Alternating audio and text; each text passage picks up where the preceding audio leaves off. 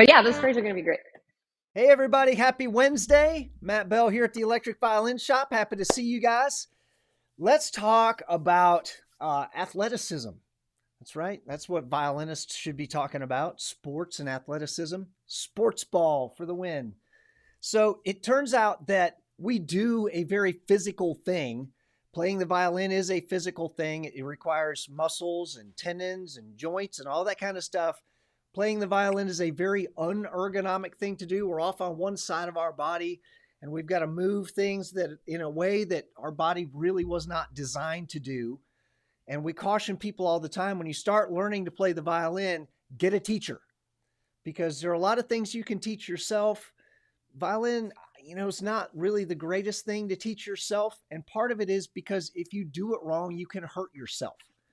And nearly every violinist, violist I know is dealing with repetitive strain injuries. It is super common. I know people who basically had to leave the field because of it. There are people who have to take extended professional breaks because of these injuries. And it's bad. Nobody wants to get hurt because pain sucks. But also, like, if you're trying to use your instrument to put food on your table, the last thing you want to do is get hurt so that you can't play and you can't put food on your table. So we're going to be chatting today with my friend Razz, who's out in Monterey, California. She is a violinist. She is a scientist. She is a pole dancing instructor. She's an acrobat. She's a circus person. And she has a lot to say about playing your violin like an athlete, thinking about playing your instrument from the same place that you would think about being an athlete. And yeah, take it away, Rez. Hi, everyone. Say hi in the comments. I'll be reviewing these back. I would love today to be a little bit more interactive. So I'd love to know a bit about anybody who's watching, stuff that you're struggling with, injuries that you've had, best practices that you're using right now to keep yourself relaxed, to keep yourself fit to do our jobs. They are super physical. A little background on me.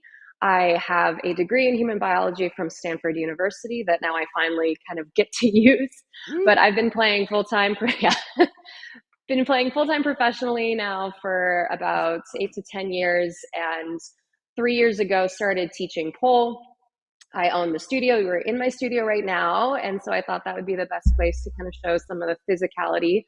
I do teach a conditioning course for pole dancers, which is a very upper body physically intensive style of movement. And I also work in circus quite a lot, both as a violinist, an aerialist, and a dancer. So when I'm working with circus groups, it really changed my perspective on how performers talk about their physicality and their injuries. And so being steeped in that culture was super different than when I had come up through kind of more of the music culture, which I don't remember talking about it as much, or if you talked about it, it wasn't talked in a solution oriented way. It was always just talking about what we were experiencing and not necessarily the tools and techniques that we were going to use to fix it. So today I would like to show you guys some of my basic warm-ups, stuff that I do, stuff that you can do on a gig, stuff that you can do during your breaks, ways to warm up before you are practicing. Just some quick techniques, nothing super intensive, nothing very equipment heavy. If you do have a workout regimen that you're currently in, I would drop it in the comments. I'd love to know how other people are kind of staying fit outside of their playing, because I do think having a sport or having an active lifestyle is super helpful. But no, it doesn't fit everybody. I know a lot of great violinists who really like yoga as an outlet. I have no inner peace. So yoga is really hard for me to dwell in that headspace. I want to move, I want to fidget, I want to do stuff. So pole is a much better outlet for me. I know some people do martial arts, some people do golf, some people do other forms of sports, team sports, solo sports, swimming, whatever it is. Just drop it in the comments of how you are interacting with your bodies, because we are basically just operating this meat puppet and trying to get art from our brains out of our hands. And so there's a lot going on between where it originates here and where it comes out in our bodies in the instrument. So it's not just us, our brains in the instrument. There's this whole process of musculoskeletal operations that are going to happen. So we're ready to get started. If you are at a space where nobody's going to look at you funny, maybe you're driving, and maybe don't do this if you're driving or if you're in an office, but if you would like to follow along with some of these motions, I am going to start off with a little bit of a movement practice, and then we're going to get into some of these. Actually, let's get into some of the slides while I do a quick disclaimer that I am not a doctor. I am just a person who really is interested in this stuff. So if you are experiencing some serious pain, please, please, please talk to a physician and get it diagnosed. So this is anecdotal in the sense of what I've experienced. So yeah, this is not advice that is meant to be taken as medical advice. Please don't sue me. So common injuries we see in string players. We started from the neck. So our neck is canted to the left side, and not only is it canted to the left side, we have downwards pressure, meaning that our chin is pointed down and to the side. And sometimes that will result in the shoulders compacting forwards because of the downward pressure of our chin onto the instrument. So that is like the first source where we see one side of this muscle group. The trapezius muscle is this muscle that goes here, and it's having to pull to the side and then come down. You can see it's very normal for this shoulder to pop up when that happens. And so to even things out, you'd have to rotate the scapula down in order to create a more upright posture, but you've still got this pressure downwards on certain violins.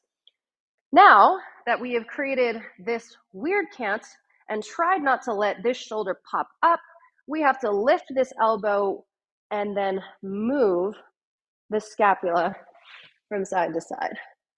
So scapular motion plus this contraction here or here.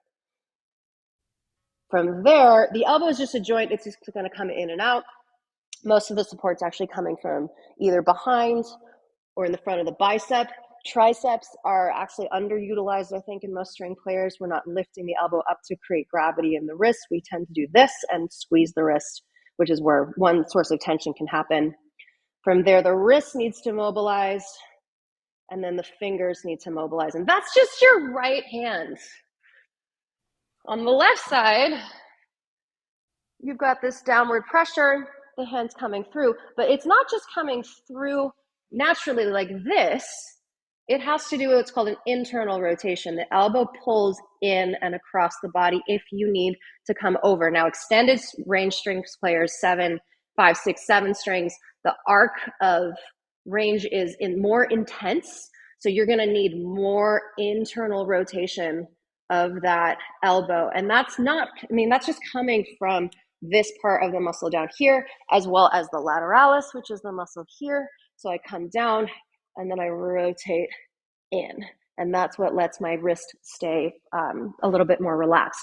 So there's so much weird contortioning of our bodies to play this instrument. So to create relaxed postures is actually quite challenging. And so if we go back to the slide, Matt, for a second there, you can see starting from the neck going all the way down, just everything. Everything can get tweaked. Everything can get a little messed up. 65% of string instrumentalists have musculoskeletal problems or will develop them.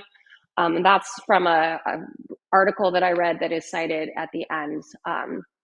Left shoulder tension from the violin sitting on it, from the head being canted towards that side. Right hand and wrist pain that can also originate from nervous tension, which we'll talk about here in a second. So these are some of the common injuries we see. And here's the trap that we run into as professional artists, is that you go to the doctor and you say that this is causing me pain, and the doctor is just going to say, well, stop doing that. And you're going, well, that's kind of tough because I've chosen this as a career. And so you have to find modifications that work for you. And so, yes, having a team of doctors, I mean, honestly, the result is just fire that doctor, because they're not actually helping you do anything to address the causes. So you are a complete person. You're not just your pain. You're not just your tension. You are also the person who wants to be doing this for a long time. And anybody who can't really sympathize with that and be solution oriented is not a doctor you should be going to. And in fact, I think a lot of musicians would benefit from going to a physical therapist or even a massage therapist who is well versed in athletic injuries to help you address those problems. So know that, like, the first thing to go is find the resources of an athlete. You are an athlete. You are using your body in repeated ways to create a desired outcome. So when you are looking for resources, athletic resources can be helpful. I'm sure there are actually also musician resources. I have some that I will get into for you if you can't or don't know how to find some of those. Because not all of us have great health insurance. Yeah. So diagnosing some of these problems can be challenging. I know I've got a soft tissue injury that I'm not going to get an MRI on that. I'm not going to pay for an MRI to be like, for a doctor to tell me just to stop practicing pole. I'd be like, pass. Yeah. I got stuff to do, man. I gotta do this one way or the other. But I did pay for a consult with a physical therapist who specializes in circus, who could look at what I was doing from both perspectives. And I went to her because I felt like there's actually more out there for musicians. There's more research on musicians than even circus artists. Circus artists are a very strange breed.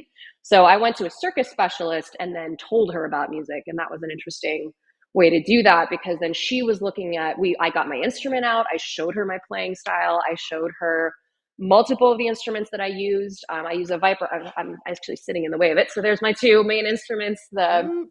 the 3D Various Prism, which is a 5 string, and then my 7 string Viper. I use them for different things, but in general, those are two instruments that I've found work pretty well for me. Of the two, the 3D Various is the harder on my shoulder because of the way it sits and the weight. Finding ways around that, I can talk about that in a second. But I wanted to just give a second in case there were any comments or questions that people are Yes, sending we've our got way. one here. Megan is commenting and said, oops. There we go. Megan's been investing in a fabulous chiropractor and a massage therapist. It has helped a lot. I know she's been working through some injuries. Mm-hmm. Yeah, and I think there's so many ways of addressing that. I do heavily recommend massage therapy for soft tissue. For me, chiropractic is musculoskeletal. If that's where you are, is that you need joint relief, which is different than some other types of like musculature or nerve relief. Chiropractic can be fine. I've not had much luck with that. I've focused more on soft tissue release as a strategy. But if she's found a combo that works for her, awesome, awesome, awesome. Definitely. So question back to you, Megan, how often are you going? That like, what's the rate at which that works for you? Is it once a week? Is it once a month? Because I also think that we need to talk about the fact that this is an ongoing process. It's not like you're going to go once and be cured. This is a maintenance of your life, and it needs to fit into your schedule in a way that you can actually sustain. Otherwise, it's not going to have the impact that you want. So if we go back to this slide really quick, I disclaimer again, we're going to see some muscle groups here. So if anatomical drawings bother you, sorry. So this is so this is common causes of pain: muscular fatigue, muscle imbalance, compensation, reduced blood flow, nerve compression, entrapment, inflammation, and muscle tension. Now, you might see like muscle fatigue and muscle tension. What's the difference there? So I want to show you what I really want you to focus on in this drawing is the red and the yellow line, where it starts at the top of that drawing and where it comes through underneath and comes out. So those are veins, and the yellow is supposed to represent a nerve. And that's one of the most important things that I wanted to talk about today is that drawing of where that nerve comes through the top of your trapezius and then through into the bicep. So this is a nerve that is really important, and it's one of the common causes where I find rotator cuff impingement happens, and sometimes even can be misdiagnosed as carpal tunnel syndrome, because the same nerve that starts here and goes through that side of your shoulder goes all the way down to your hand. So I've seen people think that they've got carpal tunnel because that's the most commonly diagnosed injury, because most people going in for injuries in their hands, people start at the hands. This is the symptom. It's not necessarily the problem. So I want you to try right now. We're going to do, this is called a nerve glider, nerve flossing exercise. And the idea is you're going to push your hand out completely flexed away from your body and keep the elbow absolutely straight. Now look away from your hands and then tilt your ear down to the opposite shoulder. And does your hand start to go a little numb? Do you feel it in your fingertips? Thoughts, Matt? Your hand's not completely flexed. Oh, this one There we doesn't. go. This one doesn't go that far. It got What are smashed. you talking about? The Oh, wrist okay, got fine. smashed. You in sports. Okay. So you can even tilt back and forth. Are you feeling anything there, Matt? I don't know. You can even Maybe. assist. So if you can even grab onto that hand and then come up and down. Anything? Yeah, A it's like little. there's like a tingle thing. Uh-huh. Yeah. So that is the nerve. That's the nerve getting pulled taut. So when we flex our hand like that, and it goes through the shoulders straight, we're pulling the nerve about as open and straight as it goes. As you pull the head to the side, that again extends the nerve because it starts here. So I'm basically asking it to go at its farthest extension. And then as the shoulder comes up and down, I'm finding moments where that nerve might get a little locked in between layers of muscle as the rotator cuff pulls up and down. So that's just one side of that. You can see I'll do it from this direction, and I'm going to rotate the shoulder up and down and come around as well. So this is the other way to create a nerve glide. This is a different form of rotation, but it's still originating in the rotator cuff itself and where that nerve comes through the shoulder.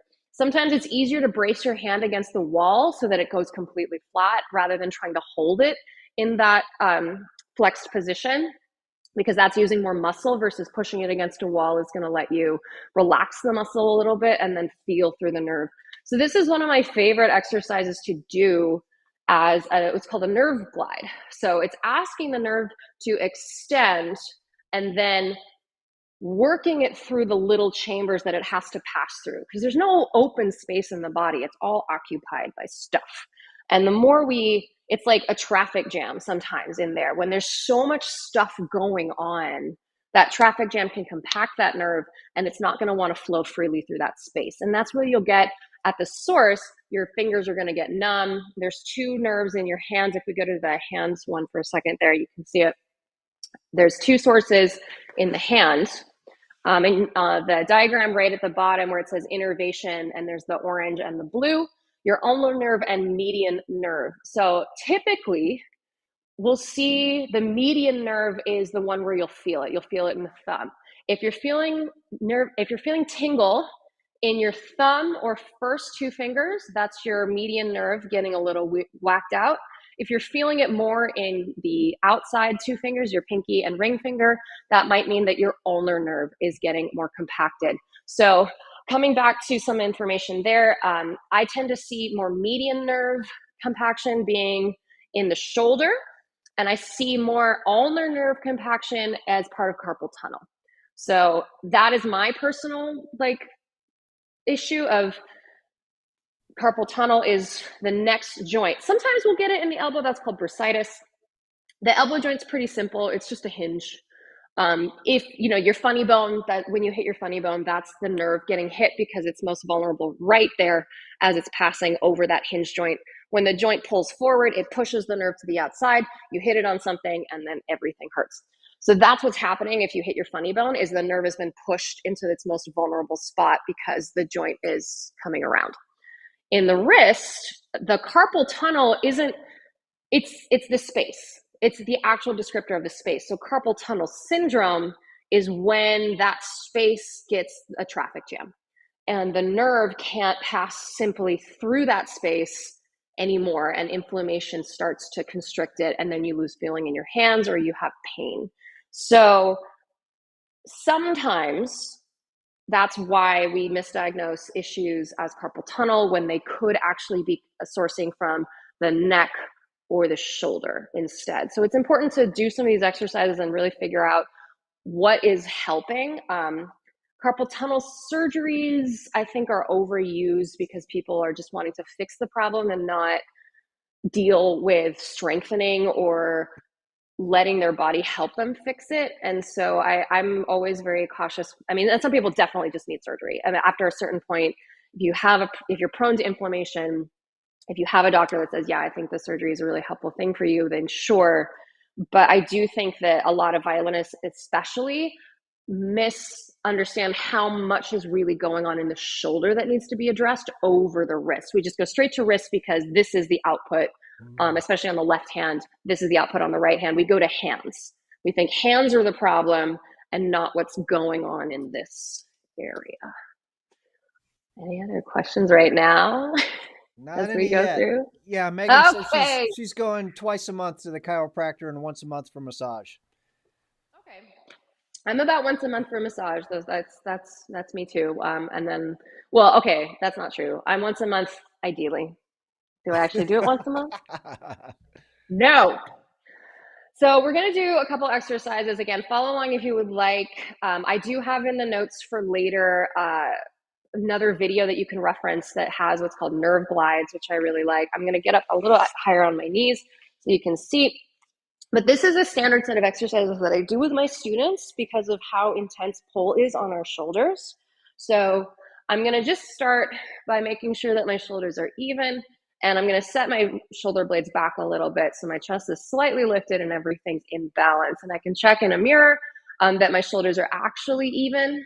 And then I'm just gonna look to the right and to the left about 5 or 6 times, making sure I'm not really squeezing super hard, but I'm reaching my chin slightly forwards here so that I'm actually extending and I'm not just like passive. I'm finding a little extension there.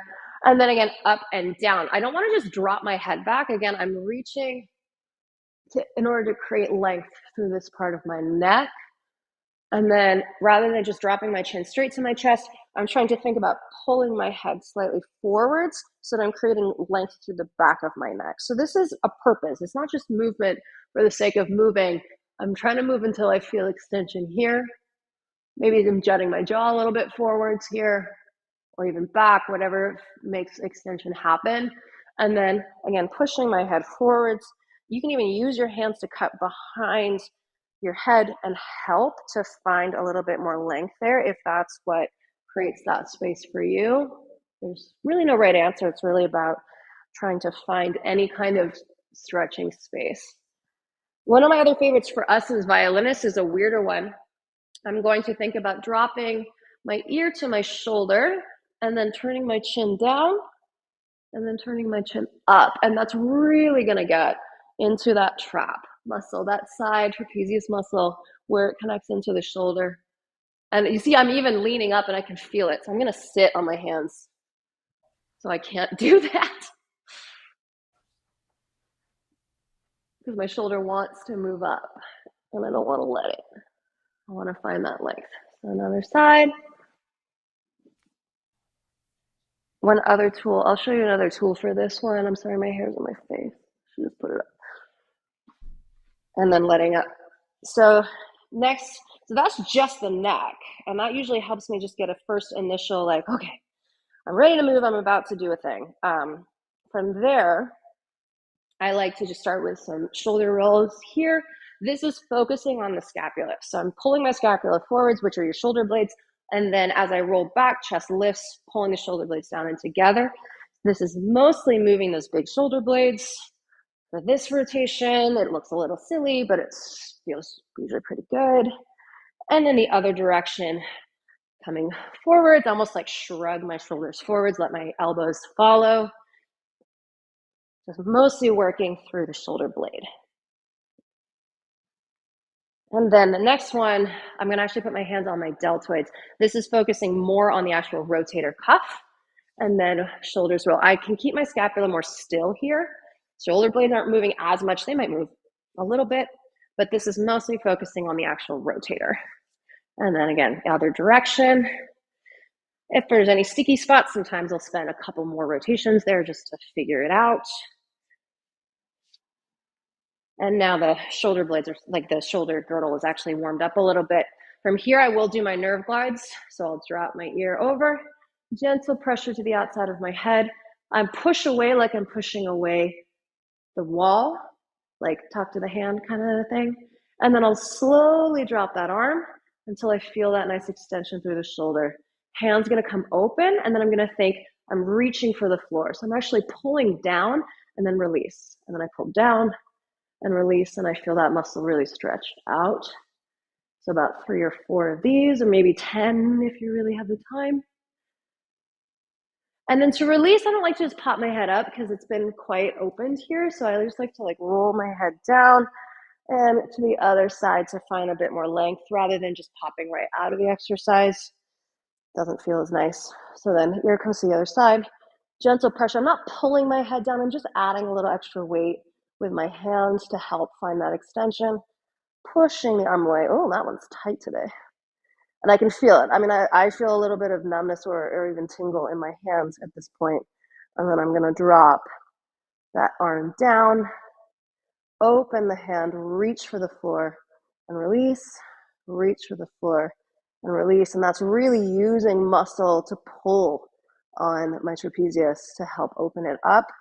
So I'm using scapular muscle to pull down. And then from there, let the hand go and roll forwards. So that's just a super basic one that helps me a lot to at least get the first level done. I've got a more intensive little like mini rolls. I'll do these tiny, tiny, tiny rolls. What this does is it gets all the little stabilizing muscles in your shoulder actively working. And then I'll roll in the other direction. My favorite / least favorite, the ones that my students always groan at me for, I call them windshield wipers. Point of this is to bring your elbows even with your shoulders, hands come up, and then keep the shoulders and elbows even as you wrap the hands down and squeeze. So I'm going to be squeezing with my triceps at the back of my arms, and then windshield wiper up and down. You notice how my chest isn't popping up here. I'm not like, I'm trying not to do that. I'm trying to keep my core nice and stable. Shoulders come up, squeeze, squeeze, squeeze, and then keeping everything solid. So this really actually works through the arms, and I'm not compensating as much with my spine. And you'll really feel that after a couple of reps of this. It's very, very, very tiring. So that's just the upper arms, and we haven't even gotten to wrists yet. The wrists are really important because flexion in the wrists is where you'll get that entrapment, that carpal tunnel entrapment. So I usually think about picking something up and opening out and full extend, picking up, opening out, and trying to really work through all those sections of my hands and then spread out. That's difficult enough. And then from here, think about keeping your hands out straight and roll the elbows in and out. So I'm not twisting from the wrists here. I'm keeping my wrists pretty stable. So the wrists are relative to my arms the same. I'm just pulling my elbows in, which is using, again, these tricep muscles back here to create rotation underneath the arm. So the rotation's coming from higher up in the arm rather than in the wrists. And the stronger your triceps are, actually, the more I think that rotation becomes possible, and the less work your shoulders are going to have to do, the less work your wrists are going to have to do to come into those more intense rotations, particularly on those extended range instruments. So that's just a brief one. I've got a couple tools here that I can talk about for more dramatic physical work, but are there any questions? Did anybody try it? Did anybody feel any kind of release there? We're like in a yoga class today. Oh, I lost you there, Matt. Sorry, I was doing those off camera and I muted myself so all my old bones won't be popping in your ear. But yeah, you can definitely feel like in the neck, the shoulders, the wrist, like everything, you can feel that it's been stretched. Mm-hmm. And that's really nice. Yeah, and it's so simple to just spend some time and add that as a habit into the things that you do to prepare before you pick up the instrument. So that's where I like to make this happen.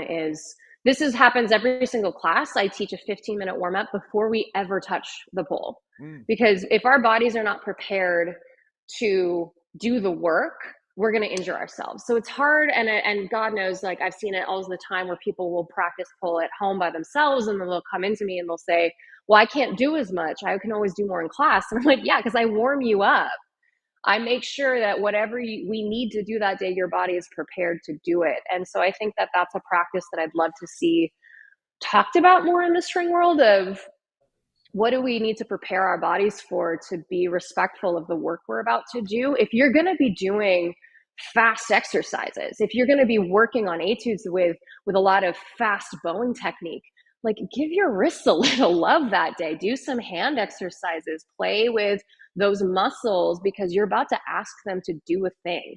And if they're not warm and if they're not prepared and they're not practiced at creating that type of motion, they're not going to respond as quickly or as adeptly. And so that's part of, I think, a practice is respecting that our muscles have a job to do and we need to get out of their way and just let them do it. The other thing I think of people, I mean, I have, God knows, I've got exercises that, or times where I'm preparing for something and I need to just put more hours into practicing. And for me, I'm performing so much that most of my practice is pretty basic, or I'm doing it kind of on site in the show with how many hours I'm just playing in general. But, some shows take a lot more preparation. And so maybe you're practicing quite a lot that week. And I take breaks all the time. I don't find like if I'm practicing for more than an hour at a time, it's not very efficient. So I usually will practice. I'll warm up for a minute or two, just that. It's like 3 minutes and it's enough to at least get everything ready to go. Practice for 25, 30 minutes tops for an hour. And that includes active listening, which is also a nice break. And then I'll go off and do something else, let that marinate for a while, and then come back and try it again. Because I just don't find after I've accomplished something, there's that moment of minimal returns for me where I've got it. And then I just like start messing it up for no reason because my body starts to mess with what it wants to do. And so I'm just like, no, we've got to do the good habit. Don't do the messed up part. So that rest and breaks are super important, and being cognizant of making sure that you are accurately resting your body, not just your brain. So you suggest if you're going to be practicing for an hour, at the end of that hour, stop, do something else for a minute, and then come back. Maybe do some more stretches and then come back if you've got more work to do. Yeah, I think for me, I need to spend. I can do an hour on, but I need to then. My mental capacity needs to reset too because I need to let what I just did, the muscle memory, like download into my head.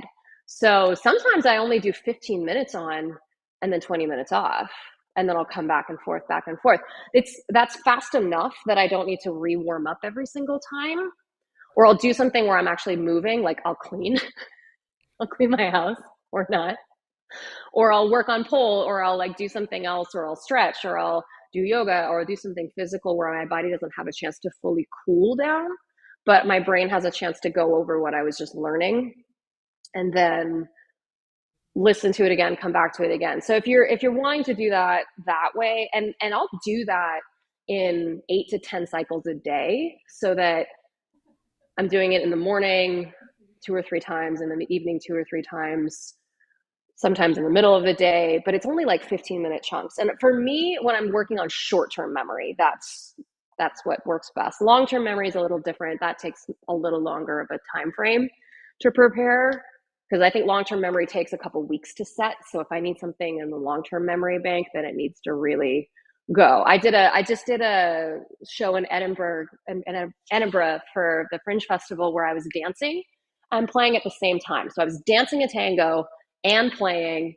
and the physicality of that was just messing with my brain because they were on opposite times. So every single day I had to dance the tango part by itself, and every single day I had to practice the violin part by itself, and then every single day I had to practice them together, note by note, by step by step by step, and stitch it. And so that took me a month to get that down for a 5-minute piece. Yeah, with the last band I was playing in, we had some choreography, and so there's choreography, and I'm playing and I'm singing. So there's times where you're dancing and playing and singing all at the same time, and I'm not like the most coordinated person to begin with, and that's you really, like you said, it's got to be, you got to do these things separately and together, and then again, if you're relaxed, which my track coach used to tell me, relaxed is fast and tight is slow. And it's hard to think about, like, coach, I'm a sprinter. Relaxed is not what I'm thinking about. He's like, yeah, but you should be, because you'll be faster if you do. Mm-hmm. And when you're saying relax, I think that gets at a really good point of relaxation is efficiency. It's using the right muscles for the job and not tensing up the wrong muscles. And that's also an energy thing. And with my students, I see this all the time. I'll just for funsies because I'm in a pole studio. Um, and I can talk like this upside down. I'm going to lock this in place so you don't see it. One thing that's really hard for people to do the first time is flip upside down. So I'll do this a little bit lower.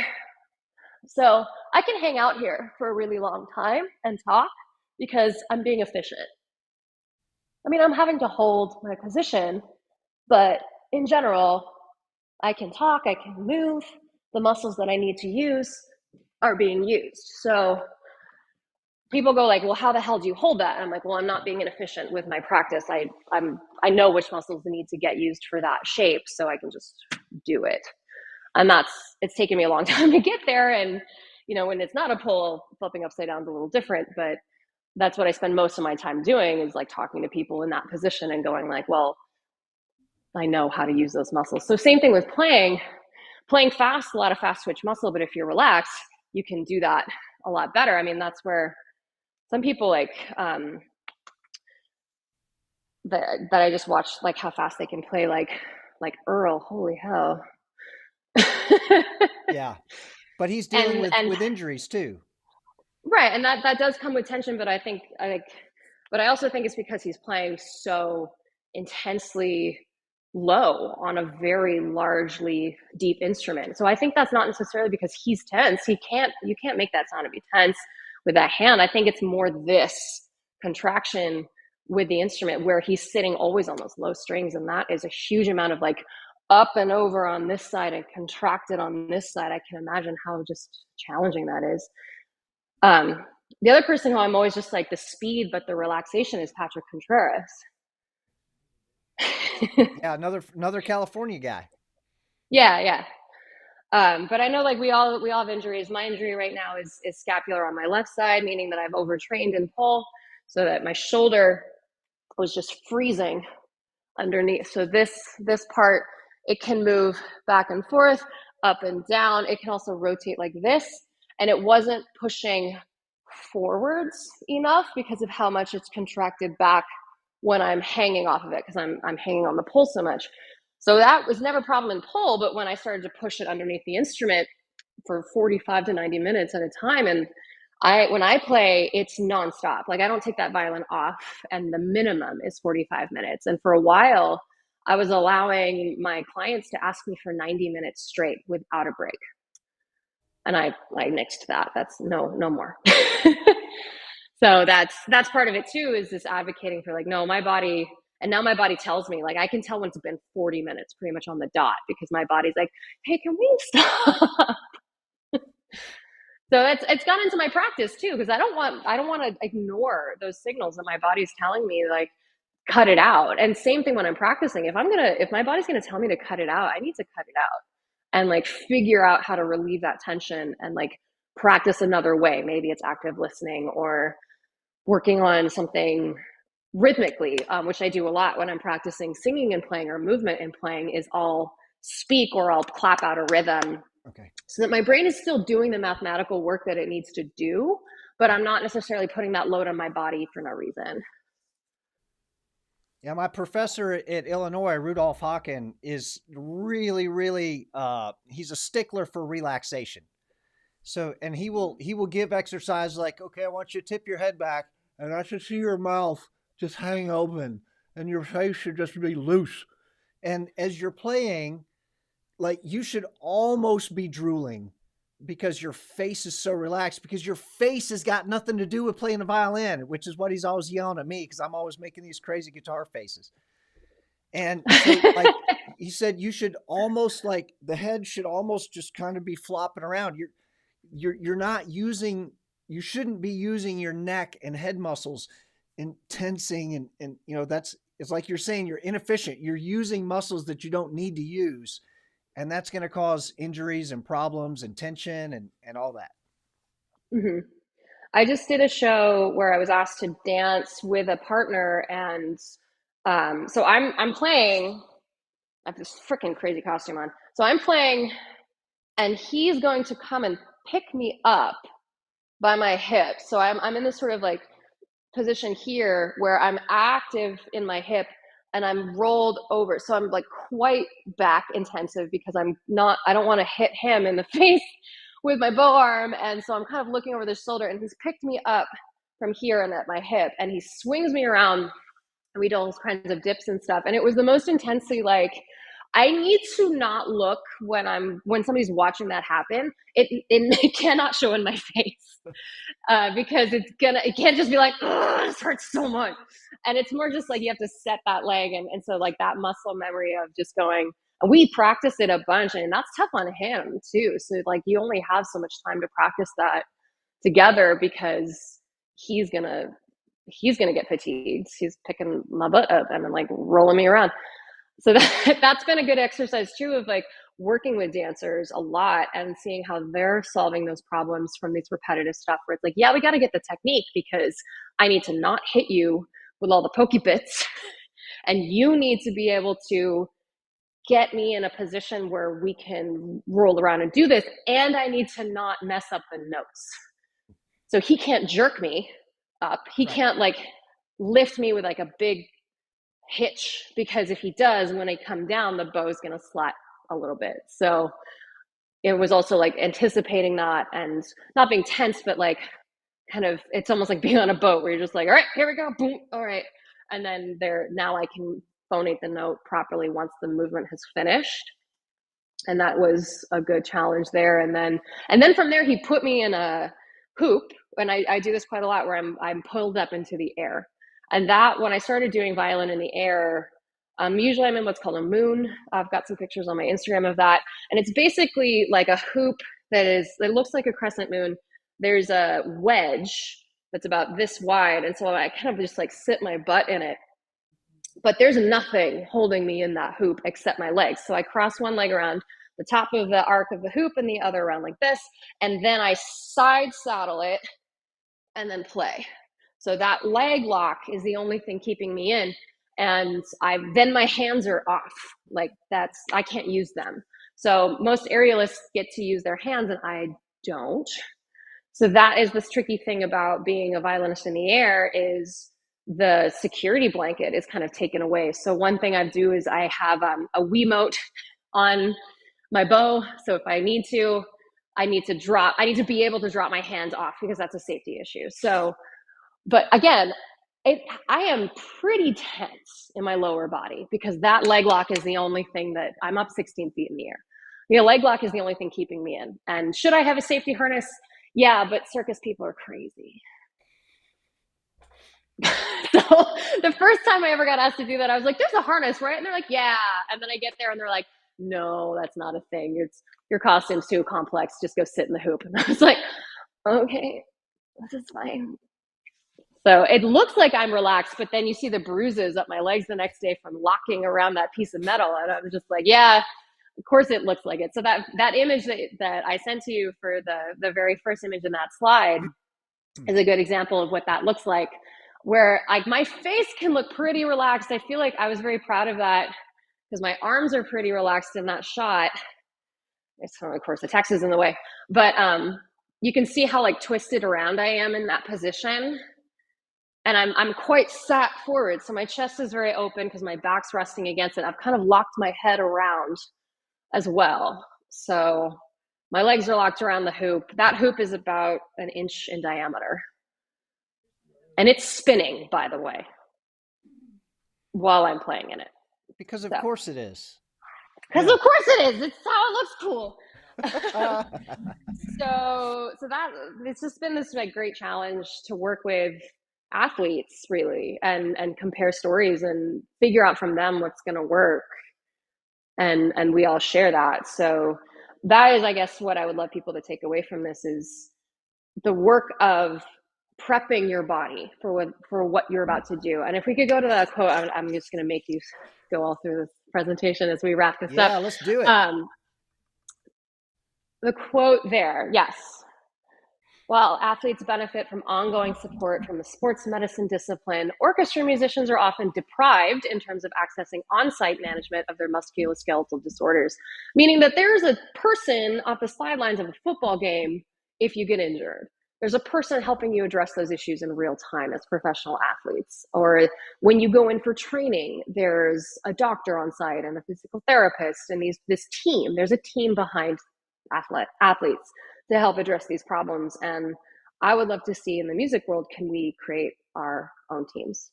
And I put for funsies in there, I put one of the tricks that I do as a circus performer without the violin, and that's on a chair. And so I'm let up on my hip there. So it looks crazy, but it's a little crazy. But, that's balance right there. And again, I don't feel like I look tense in that photo, which is why I put it in there, because it's a pretty difficult shape to hold for any Yeah. period of time. But I do teach chair acrobatics as well, because that's something I can do without a whole lot of other poles and stuff. But your body can do some cool things. So there was a question, is there a special form of massage for musicians? Yes and no. Massage itself is not going to be the specialty. Your massage therapist is going to address muscles that are causing you pain. So the more that you can think through where that pain is originating from and what motions you are doing that cause the worst pain, your massage therapist is going to be trained in what muscles do what. They usually have a pretty good background in causes. And I think when we go to massage, I prefer to go to sports massage. Like, I actually do go to athletic massage places. I don't go, there's lots of different kinds of massage. Massage therapists are closer to sports medicine or sports massage therapists, but it's good to check, because sports massage therapists will know causes of which muscles create which problems. And you get to advocate for what you want. So when I go to a massage therapist and I've been dealing with my left shoulder, I basically tell her, I am here to deal with this one thing. And if we get to nothing else, I want to work the shoulder girdle on my left side. She'll balance it out by doing the right side as well. But for the hour-long massage, she's probably spending 35 to 40 minutes on one shoulder, because I've asked her to. And we've had that conversation about why and what my goals are and what I'd like to get out of that experience. And so I've been able to advocate. So I think being a musician and going in and saying, this is what I'm doing, this is what I'm here for, this is the kind of relief that I would like to experience. That's part of the treatment plan, is being able to go in and have a vocabulary for what you're experiencing, where you would like to see improvement, what you would like to happen. And then their job is to help you and fill in those gaps. So when I went in and we massaged through, she found the spot. There's a tiny little muscle that's like underneath your pectoralis right here. So it really does feel like she's pushing on my boob. But so she's getting way in there, and it hurts so much, but it is of everything else. Everything else is like, oh, that actually feels really good. And then she dug into that one, and I was like, holy hell, what is happening? Guess which muscle that is? It's what's pushed by the paddle of the viper. So when the viper is on, it's pushing against that muscle, and that muscle pushes back. It is. And so on this side, that I was so mad. And so I asked her at the end of that, I was like, what can I do to stretch that? And so she said, hang off of it. Again, I'm going to do this. Oh, we're going to get out of the frame. It's going to be low. So I need to like hang and then kind of pull away. A dead hang, it works too if you're in a gym, or even just bracing your fingertips against like a door frame, which I'm tall enough to do. Not everybody is. But that's kind of just working through that with pressure coming from the top, and opens up the shoulder enough, and then I can like get in there. Hard to do by myself. So I've got a couple tools here. I hope that answered your question. Yeah, like pushing into a door frame and then like opening my shoulders up will get that. But it was such a strange thing to have that happen and go like, why? And then I put my Viper on after that session, and I was like, oh. Yeah, is that like the pectoralis minoris, or is that an intercostal, or what is that? It's underneath the pectoralis. It's actually it feels like when she's doing it, it feels like she's right up in the lymph node. It's like if you get kind of sick and it kind of puffs up underneath your armpit, it's deeper than that. So it's actually connected almost into your back. It doesn't come through the pectoralis in the front, which is why you can usually get at the pectoralis. Like, yes, my pectoralis is also tight, but this is actually where the lat is connecting up deep underneath the scapula into, so it's like get way into your armpit, almost like at the base there. And if I pull my arm back, I can kind of feel it move. And when I open it up, it releases. So that's, for me, that was like a weird one. And then she went on to this side, and I can even feel the difference here. Like I can push in there and nothing is that bad, but it's the Viper. So damn it. So just because, and the Viper is a great solution for people with neck and cervical vertebra tension. Your cervical vertebra is through here, and your ribs actually start all the way up to here. So sometimes your ribs will like follow your shoulder muscles and then like pull on these vertebrae there. So a lot of violinists that aren't playing Vipers will feel upper shoulder tension. And I know Bridget was talking about that's why she got a Viper, and she's been pretty open about some of her struggles with just playing injuries. So people do like Vipers for that reason, because the shoulder engagement gets to be a little less rounded forwards and you can come over and back. But when you play Viper all the time, it's, nothing is going to be perfect. Like there's no one size fits all solutions. And I think the other strange thing too that we never talk about is violins are the same size, whether you, Matt, are playing it or I'm playing it, but your wingspan and my wingspan are different completely. It's tiny. And I remember I was working with Mark Wood one time and he was showing me something and he was like, well, just, I was like, my hands are too small. That's not going to do it.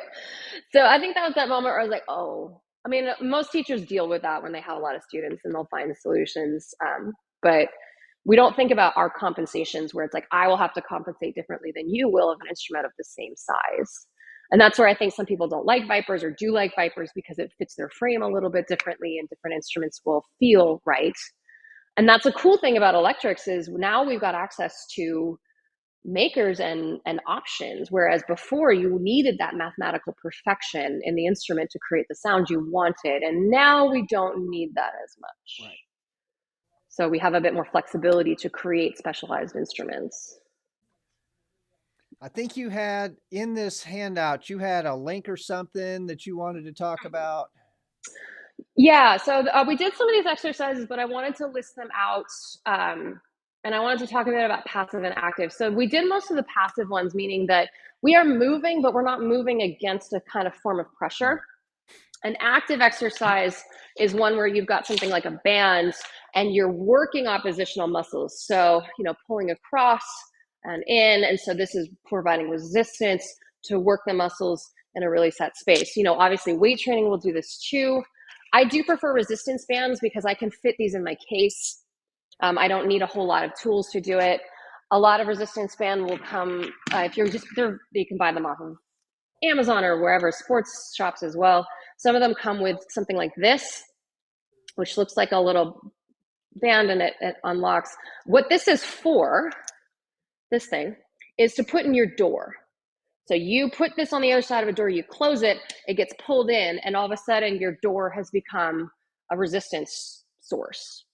So that's what resistance bands will usually come with, that as a tool. So you can lock it into a door and then you've got something to pull against.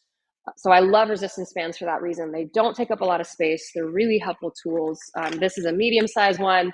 I teach a whole lot of strategies. Some of them are long like this. I think those are more versatile. There are ones that are rounded. They're just a closed loop. But when I teach, I always teach with open ones because if I need to, I can just make a knot. And then all of a sudden I've got a closed loop. And so they can do a little bit of both. So like I do a lot of work like this with my shoulders where I'll have it up into my forearms and even just shoulder raises. Like this is way harder than it looks pushing against that band. So there's a lot of resources out there to do banded exercises. If you want to hit me up on Instagram or an ask, I'm happy to give you more. But yeah, let's cut to those links really quick. And so I can describe what they are going to be. And then I'm going to look up one extra one that a friend of mine sent me right before I came. So this first one, Hand and Wrist Wellness Workshop. This is by a good friend of mine named Dominique Ann. She is an incredible movement artist, ex-dancer, And she mostly works in really interesting what's called mobility modalities, meaning that she's focused on efficient movement and relaxation. So she did this great hand and wrist wellness workshop that includes active and passive exercises to find more mobility in your hands and wrists. So you can purchase that if you're interested, or I can try to get you some access through some of my contacts and codes with her. But all of her work is great. She's one of my trainers that I work with a lot. Just even talking through some of the stuff that I teach or that I'm experiencing, and I love her to death. If you wanted a bit more of an in-depth nerve glide with some mobility, that 16-minute upper body nerve flossing exercise. This is one on YouTube, but she's using a lot of really good vocabulary about what's happening with your body while she's going through these exercises. That's very medical, because then if you are going to your massage therapist, you'll be hearing these terms. So the more you can get used to like hearing the terms of what muscles are used when you're doing certain motions, the better you can advocate for yourself when you do go to a massage therapist, because you've got a shared vocabulary there. And then if you're looking for that shared vocabulary, the last link is pretty much the main source that I used for any of the stats and quite a lot of the conclusions, because I didn't want this class today or this session to be anecdotal. I mean, it is quite anecdotal because it's just me talking about my experience, but this was a research paper that was super helpful for me just to get a sense of what other people might be experiencing in a general sense.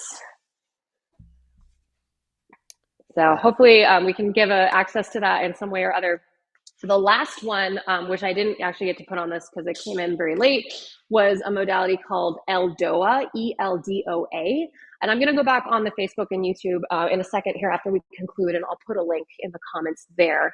ELDOA is a movement practice that is completely about mobility and access and injury prevention. And so Dominique, who did that first workshop, was the source of saying that quite a few musicians that she knows of have done ELDOA as a modality to improve their mobility. So I'll drop that extra awesome. In. Any other questions or comments? I hope this was valuable. I'm going to try to get these links. I'm working to get these links. Let's see. I'm going to try to dump these in the comments section real quick. Mm-hmm. Oops. Sorry. I'm working here kind of backstage, copying and pasting these links into the comments. They'll be showing up for you guys momentarily. And if you guys are interested to see any of the other stuff that I talked about, the circus work that I do, I'm with a group called DAM Circus, DAM, and we've got a show coming up in November in Berkeley, and I'm really excited about that. I'm basically just performing on violin on that. I'm not doing the circus stuff because when you have friends that talented, sometimes you just take a back seat and let them do it.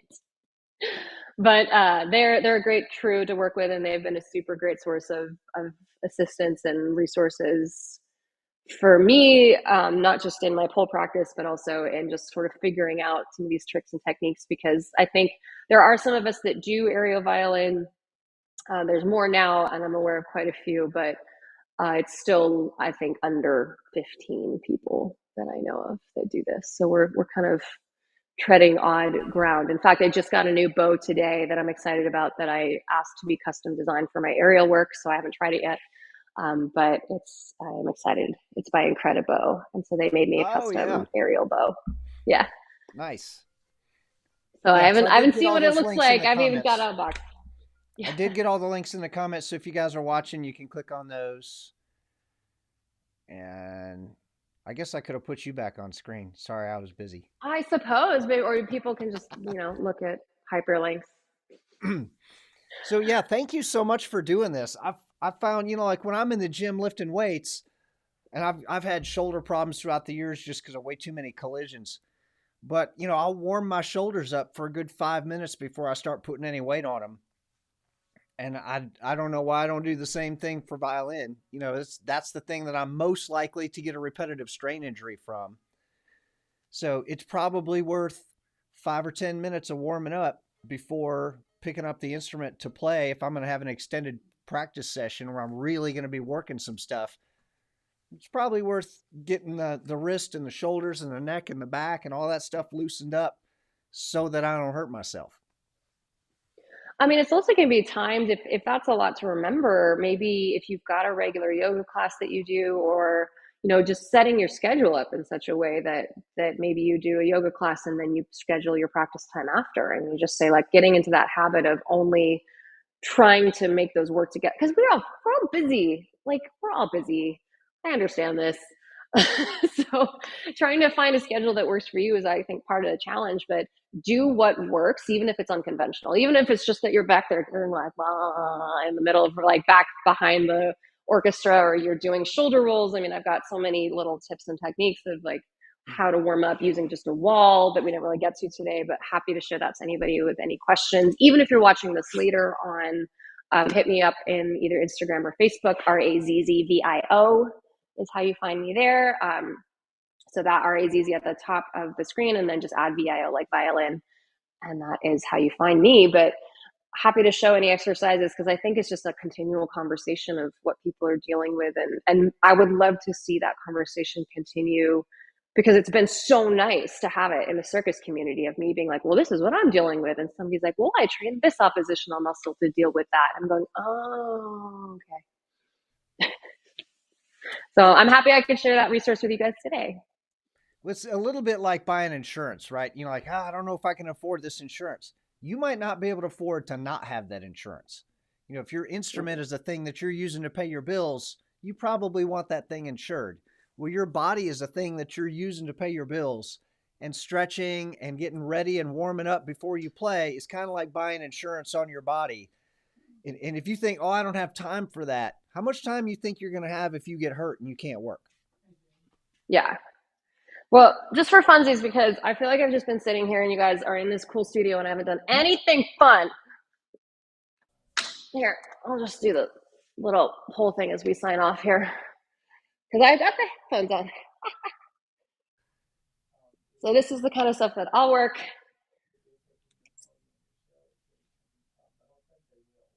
Thing. Why not? So just because. My body does not bend like that. It's not that bendy. I'd have to break so many bones. I'll do more. I wish I could actually do more violin work on pole, but I'm show you guys on Instagram. But I keep getting shadow banned every time I try, so not on the docket. Dang, Tipper Gore. I know. If you could just stop being so sensitive about it on Instagram and TikTok, that'd be nice. So am I going to get to see you at NAMM this year in Anaheim? I am going to try to be at NAMM this year, and I'll have hopefully some new material from the 2 shows that I've written this year with Damn Circus. One is all original music, one is some covers in a really fun Western style. So I'll be at NAMM, and I'll probably be running about doing weird chair tricks while I play violin, because I like to be a weirdo, Let's keep it odd. Let's make sure, right? Let's make sure all the electric violin people know that, like, all the violinists and the electric violinists, we're just a little strange. A little off. Yeah, I think Patrick Contreras, we're going to try to put together another fiddle hang this year. So any I love the electric violinist, any of the cool kids, if you're coming to Anaheim, California in January for the NAMM show, hit us up on social media, because I think we're putting together a hang, and it's going to be a lot of really, really cool people. So the last time we did this, there were probably 30 or 40 of us, and people are still talking about that. Patrick's band played, and we all got a chance to jump in and play. And the folks from Zeta were there. The Glasser people were there. I think Mark Wood was there. Ned Steinberger was there. A lot of really cool makers of instruments, and then so many fantastic players too. So reach out to us on social media if you're going to be in Anaheim for the NAMM show. We'll try to get a list of people together and maybe do another fiddle hang. Very cool. Well, thank you guys for tuning in. Like I said, thanks any for questions? doing this. Thanks for teaching. Yeah, of course. Awesome. If you guys are ever in Monterey and want to come to a pole class, Yeah, if you guys are in Monterey and you want to come to a pole class, hit up Razz. She knows a person. Yeah. Or just want to practice dancing. Right? It's a whole open studio. Speaking of, I've got a great instructor who's going to train because she's a good person who practice what she preaches. So. Awesome. Well, I'll see you in a couple of months. Yeah, see you soon, Matt, and hopefully see anybody there in Anaheim. It's always a good time. Boom.